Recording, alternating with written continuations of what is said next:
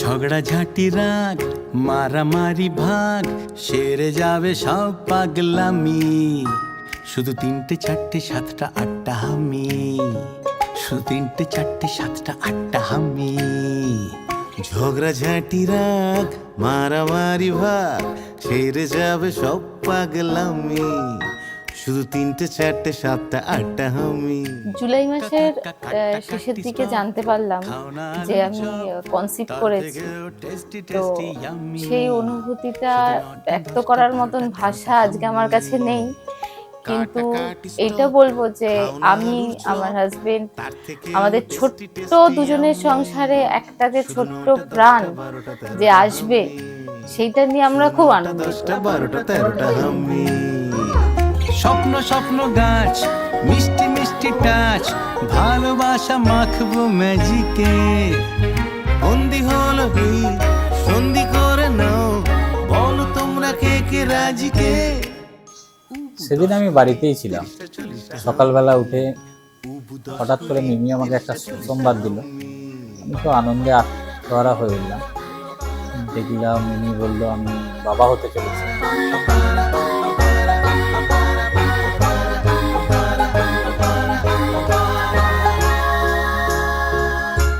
এই অনুভূতিটা একান্ত আমার ব্যক্তিগতই, যে প্রত্যেকটা মুমেন্টে ধীরে ধীরে ওর বড় হওয়া, আমার ভেতরে বড় হওয়া, বা বিভিন্ন রকম ওর অ্যাক্টিভিটি, হ্যাঁ ওরা অন্যরকম। ওই ফিলিংসটা বোঝানোর মতন বা ব্যক্ত করার মতন ওয়ার্ড আমার জানা নেই। শুধু 70 80 81টা হামি, ঝগড়াঝাটি রাগ মারামারি ভাগ সেরে যাবে সব পাগলামি হামি, শুধু 91 92টা হামি।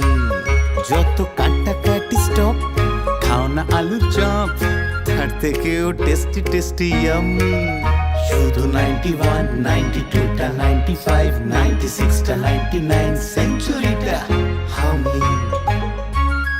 ও যখন প্রত্যেকটা মাস অতিক্রম করছে, আমার একটা দায়িত্ব কর্তব্য মানে আমাকে আরও পরিপূর্ণ করে তুলছে। করতে করতে ডাক্তার ডেট দিল 22শে জানুয়ারি। সেই দিনটার ওয়েট যেমন করেছিলাম তেমন একটু ভীতও ছিলাম যে কী হতে চলেছে।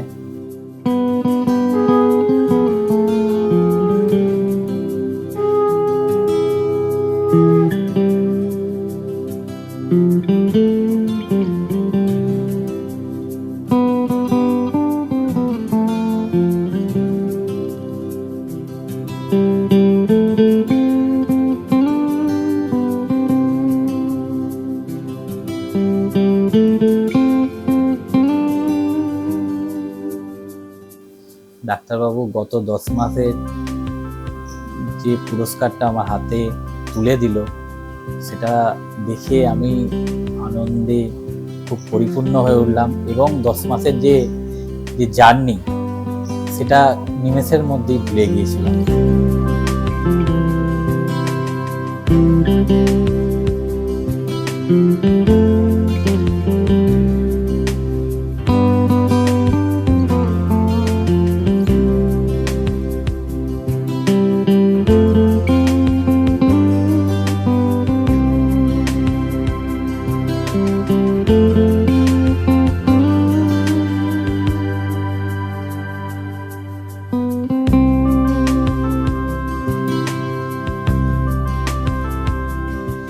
আমরা সবাই গেলাম নার্সিংহোমে, দেখতে গেলাম। দেখার পর ওয়েট করছি আমরা কখন সংবাদ পাবো, কখন কিছু একটা খবর পাবো। তারপর শুনতে পেলাম কাঁদছে একজন, আওয়াজ পেলাম, আমরা কেবিনের সামনেই বসেছিলাম। তারপর যখন বের করলো, আমি ফার্স্ট দেখি সাদা পুরো একদম পাউডার মাখানো বের করছে কি একটা। আমরা তো দেখে ওই বাবাটা কে, এটাকে খুব আনন্দ পাচ্ছিলাম। মানে বুঝতে পারতো যে কেউ একজন কথা বলছে।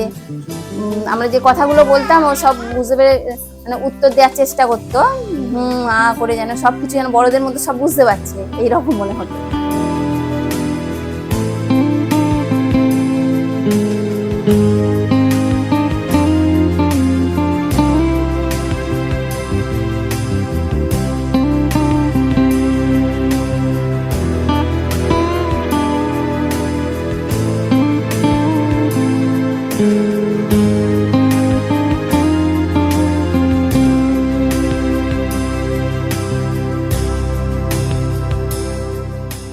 আমার সাথে বলতে গেলে আমার সাথে মানে আমি খুব একটা বেশি টাইম দিতে পারি না, বিকজ আমার একটা কেরিয়ার আছে, তার পিছনে টাইম বেশি চলে যায়।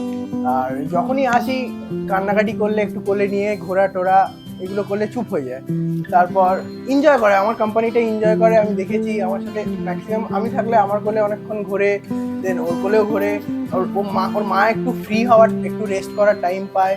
তারপর সন্ধ্যা যেহেতু ডিউটির একটা প্রেশার থাকে, সেই জন্য সন্ধ্যা তো সবসময় টাইম দিতে পারে না। কিছু হেল্প ওর রিলেটেড হোক বা মিমিদির শরীর খারাপ বা ওর কিছু প্রবলেম হোক না হোক, আমাদেরকে সবসময় মিমিদি কন্ট্যাক্ট করে, সবসময় বলে।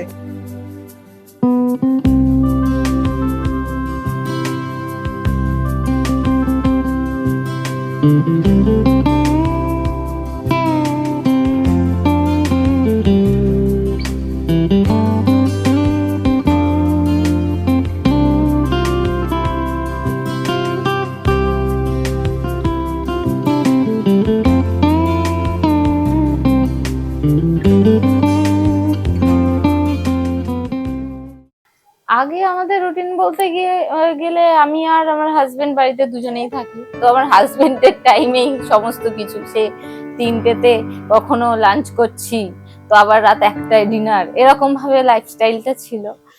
এখন সেটা নয়, এখন সেটা 9টার মধ্যে ঘরে ঢুকে যাচ্ছি খেয়ে দে।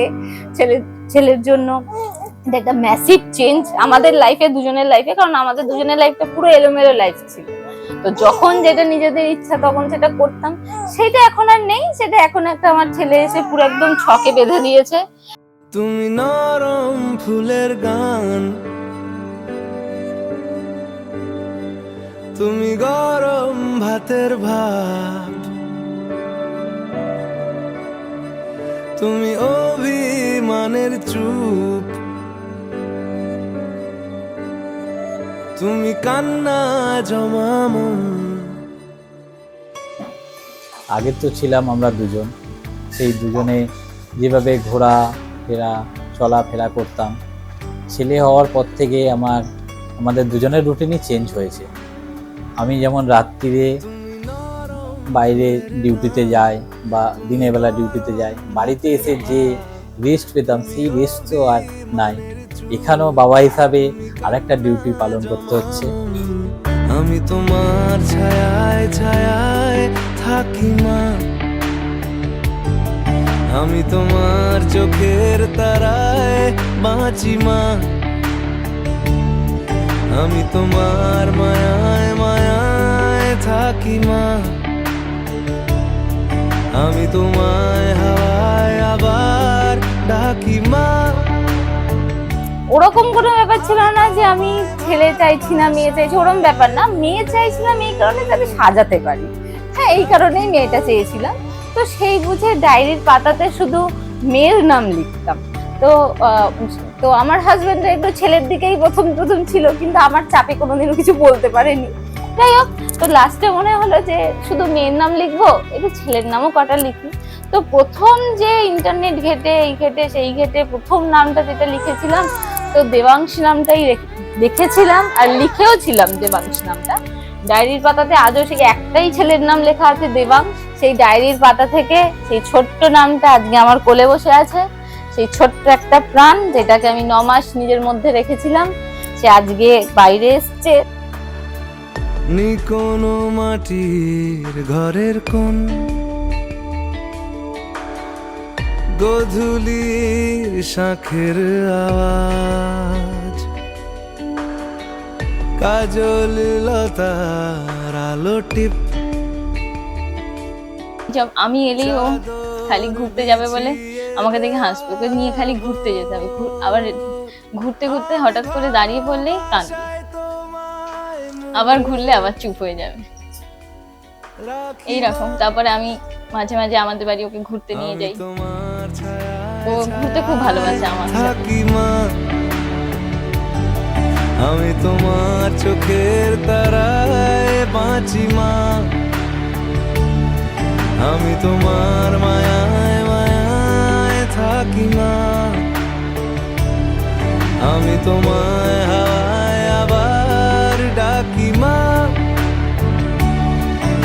আমি তোমায় ভালোবাসায় মুড়ে রাখি মা।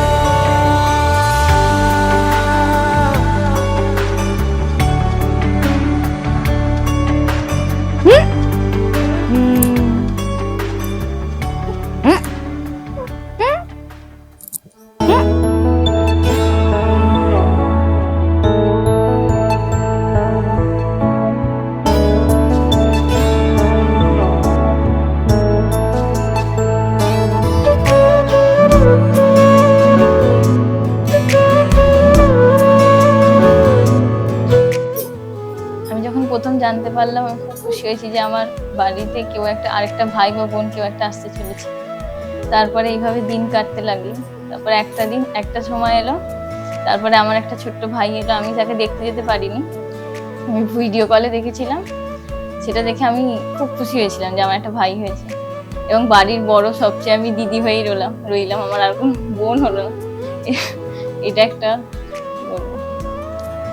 আক্ষেপ যে আমি একাই দিদি, আক্ষেপ ঠিক বলবো না, আমার ভালো লাগাও হলো যে আমি একাই দিদি।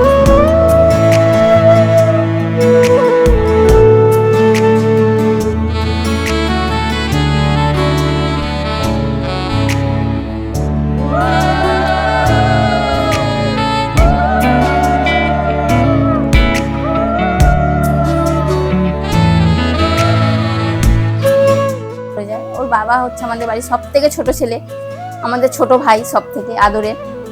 ছোটবেলায় আমরা ওকে, আমাদের থেকে অনেকটাই ছোট, আমরাও ছোটবেলায় ওদেরকে কোলে নিয়ে সবাই আমরা সব বোনেরা মিলে ওকে নেওয়ার জন্য, মানে আমাদের কে আগে নেবে, ওকে কে কোলে আগে নেবে, কি করে এরকম ভাবে আমরা করতাম। এবার এখন ওকে তো অতটা ওর বাবার মতো অতটা সময় দিতে পারবো না, আমাদের যেহেতু বিয়ে হয়ে গেছে। যখন যতটুকু আসবো দেখবো ততটুকুই নিয়ে আদর করবো। আর আমাদেরকে দেখলে যেন মনে হয় ওর কতদিনের চেনা, যেন মনে হয় আগে থেকে চেনে। দেখলেই তাকিয়ে তাকিয়ে হাসবে, ঘাড় ঘুরিয়ে ঘুরিয়ে দেখবে।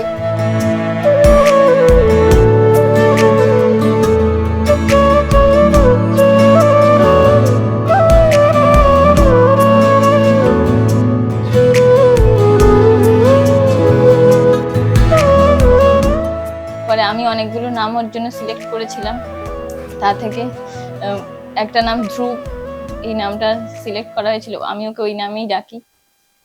এবার আমাদের প্রত্যেকটা ভাই বোনেরই আকাশের সাথে কোনো একটা কানেকশন আছে, আকাশের নামের সাথে। তাই জন্য যেমন আমার নাম মুন, আমার আরেকটা ভাই আছে তার নাম সান, সেই হিসেবে ওর নামটা ধ্রুব দেওয়া হয়েছিল।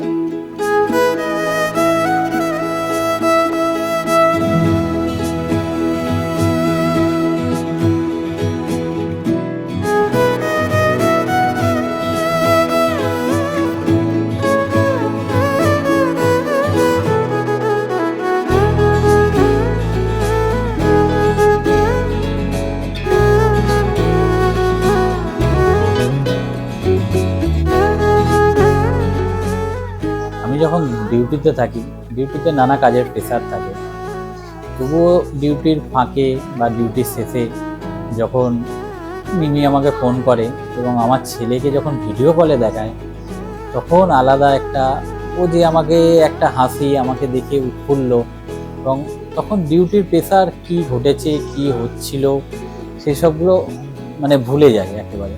আর ও স্মাইল মানে অতুলনীয়, যাকে বলে দেখলে সবকিছু ভুলে যাওয়ার, মানে পরিশ্রমগুলো ভুলে যাওয়ার মতো।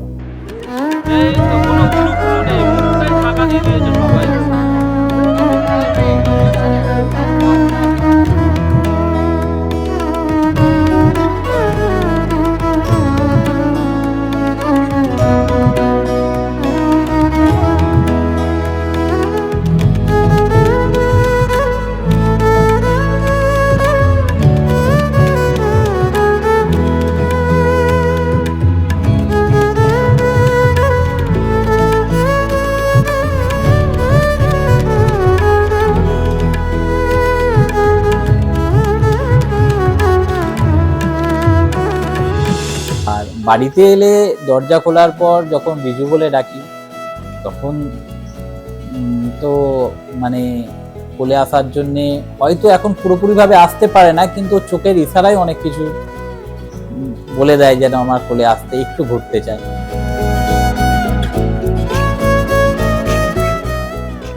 এখনো পর্যন্ত ওকে নিয়ে আমি যখন খুশি বাইরে বেরোই, ও চুপচাপ থাকে, আমার কাছে থাকে, কান্নাকাটি করে না। টিল নাও আজকেও এই অনুষ্ঠানে ও পুরোপুরি শান্ত, কাউকে কিছু করেনি। খুব সুন্দর করে অনুষ্ঠানটা ওর করতে পেরেছি আমরা, যেমন ভাবে আমরা প্ল্যান করেছিলাম সেভাবেই হয়েছে। ওর এখনো পর্যন্ত ছেলে খুব আমাদের মানে সাপোর্ট দিয়েছে প্রত্যেকটা ক্ষেত্রে। Rega rega sa sa sa re re re re re rega rega sa sa sa pa ma ga ma ga re rega rega sa sa sa sa re sa pa ma ga re sa sa sa sa re re sa re ga re da pa ma ga ma pa da re sa re da pa ma ga re rega rega sa sa sa sa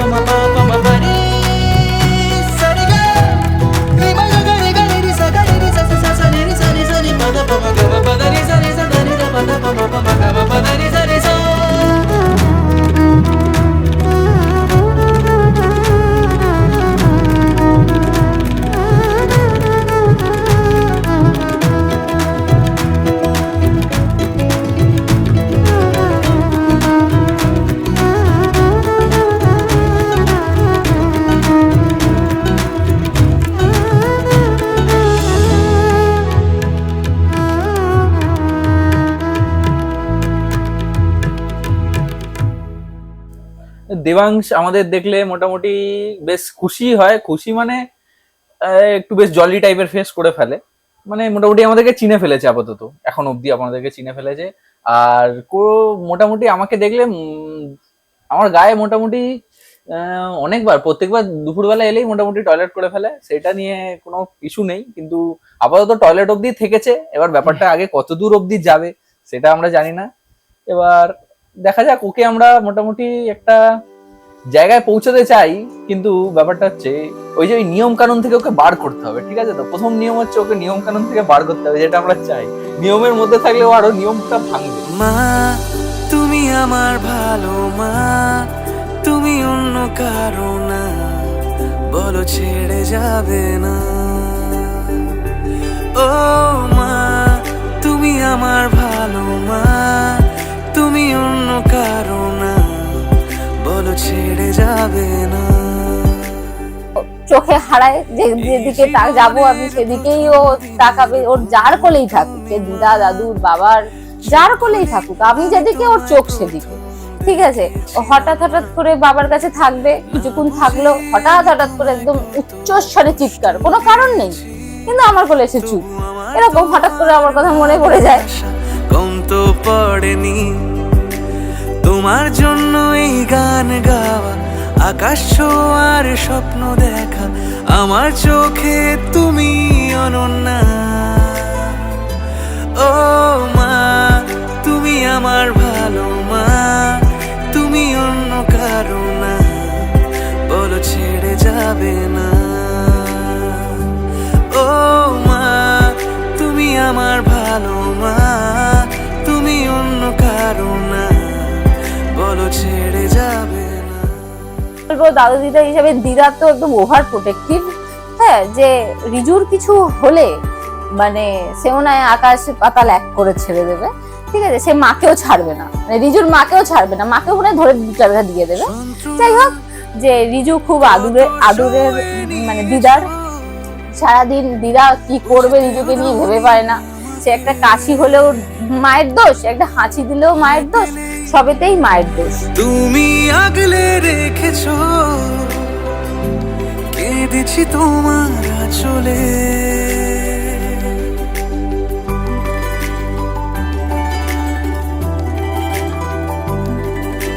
যন্ত্রণা কত সয়ে নিয়েছো। আর আমি চাই ও বড় হোক, বড় হয়ে একটা মানুষের মতো মানুষ হোক, খুব ভালো একটা চাকরি করুক, ব্যাস এইটুকুই। আর আমার ভাইয়ের আরেকটা সংখ্যা বাড়লো, 5টা ভাই ছিল, 6 নম্বর হলো, সেইটা। আর আমি একা দিদি, সবার উপর চুরি করাবো। খুব শান্তি লাগে কখনো ভিড়ের মাঝে, খুব একা লাগে। ও মা আমি হেরে যাব না, তোমায় দুঃখ দেব না, বলো ছেড়ে যাবে না। ও মা তুমি আমার ভালো মা, তুমি অন্য কারো না, বলো ছেড়ে যাবে না। ও মা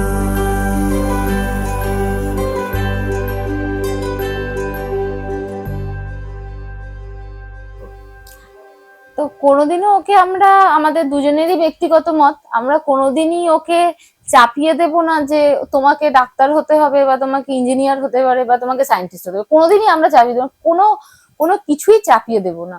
ও নিজের ইচ্ছাতে, নিজের আবেগে ও যেদিকে যেতে চাইবে, যদি সঠিক পথ হয় আমরা সেখানেই ওকে সাপোর্ট করব, চাইবো সে ও যে পথে যাবে বা ভালো পথ যদি বেছে নেয় সেই পথে ও মানুষ হোক, বড় মানুষ হোক, ভালো মানুষ হোক, সবাইকে নিয়ে থাকুক, বড়দেরকে শ্রদ্ধা করুক, ছোটদেরকে ভালোবাসুক, আর এইটা আর জীবনে প্রতিষ্ঠিত হোক, এটাই মা বাবা হিসাবে কাম্য আমাদের, এটাই চাওয়া। আর যেন ওর সুস্থ সবলভাবে সারাটা জীবন বাঁচতে পারে, এটা বাবা মা হিসাবে আমাদের ওর উপরে আশীর্বাদ। ও ভালো থাকুক, সুস্থ থাকুক, সবাইকে সাথে নিয়ে থাকুক। আমাদের বকুল তলায় ভিড় জমেছে, বসেছে মেলা, দেখতে যাব আমি তুমি।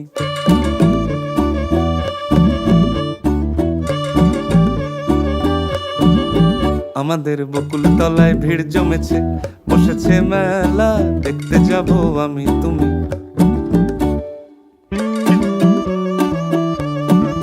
সে মেলায় দোকান কত সারি সারি, মাটির পুতুল রকমারি। সে মেলায় দোকান কত সারি সারি, মাটির পুতুল রকমারি। মিলছে সেথায় বাউল ফকির হাসি মুখের বুড়ো বুড়ি। সে মেলায় দোকান কত সারি সারি, মাটির পুতুল রকমারি। মিলছে সেথায় বাউল ফকির হাসি মুখের বুড়ো বুড়ি।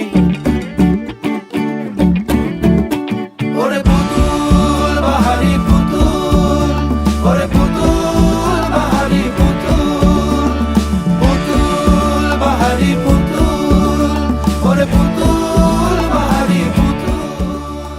আমাদের আশীর্বাদ তো সবসময় ওর কাছে, কাছে থাকবে। আর চাই বড় হয়ে যেন ভালো একটা মানুষ হয়, পড়াশোনা শিখে মানুষের মতো মানুষ হয়ে ভালো মানুষ তৈরি হয়, ভালো মনের মানুষ হয়, আর বাবা মার মুখ উজ্জ্বল করুক, এটাই আমরা চাই। আমাদের বকুল তলায় ভিড় জমেছে, ঘুরছে নাগরদোলা, চড়তে যাব আমি তুমি। আমাদের বকুল তলায় ভিড় জমেছে, ঘুরছে নাগরদোলা, চড়তে যাব আমি তুমি।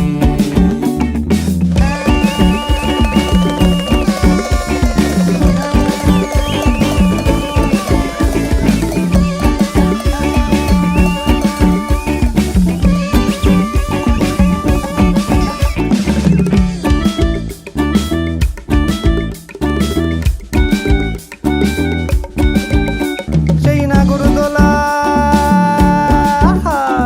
গোল গোল গোল গোল গোল গোল গোল গোল গোল গোল গোল গোল ঘুরবো দুজন। সেই নাগরদোলায় ঘুরবো দুজন, দেখবো দোকান, ফুচকা খাবো দুই চারি খান।